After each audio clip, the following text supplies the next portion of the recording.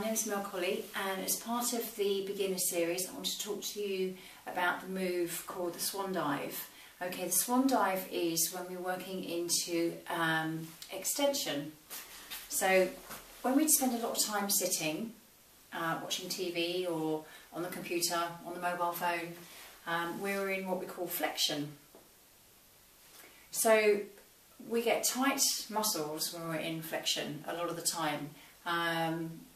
And mainly tight hip flexors in the pelvis, which affects our posture, and we also get tight muscles here in the chest, which pulls the shoulder girdle forward, and it increases the length of the muscles in the back, which makes them weaker.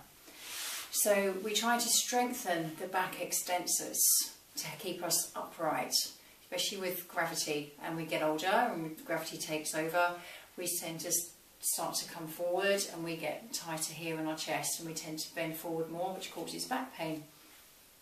So when we start doing the Swan Dive, we're lying on our front in this position with our arms out at 90 degrees, like a capital E position. We come up, we lift, and we lower.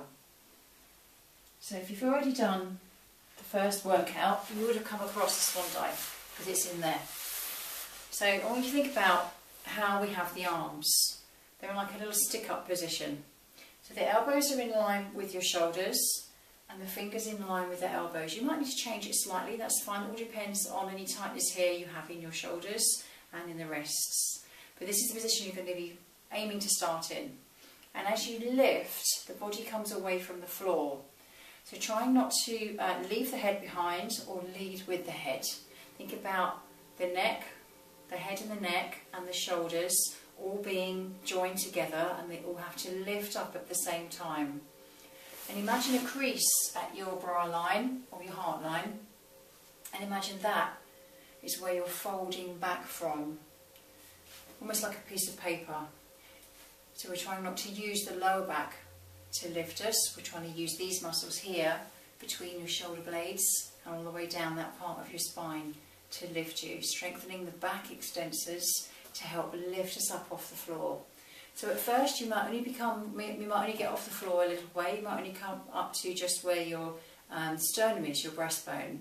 But as you get stronger, you might be able to come higher. Rely on less and less with your hands to lift you, until you can come up with hardly any pressure in your hands at all, almost with the hands lifted off the floor. So that's your Swan Dive, and as you go into the intermediate exercises you'll come up even higher. So just start at the low level, and as you work through you're starting to come up a little bit higher and a little bit higher, but all the time thinking about trying to stay steady with the pelvis, the pelvic bone staying down on the mat, so you're lightly touching the pelvic bone to your mat. So the lumbar spine stays long, so your lower back isn't dipping, so you don't get any pressure in your lumbar spine. Okay?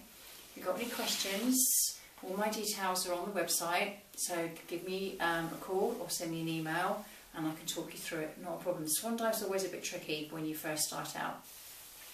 And let me know how you get on. Thank you very much, enjoy your practice.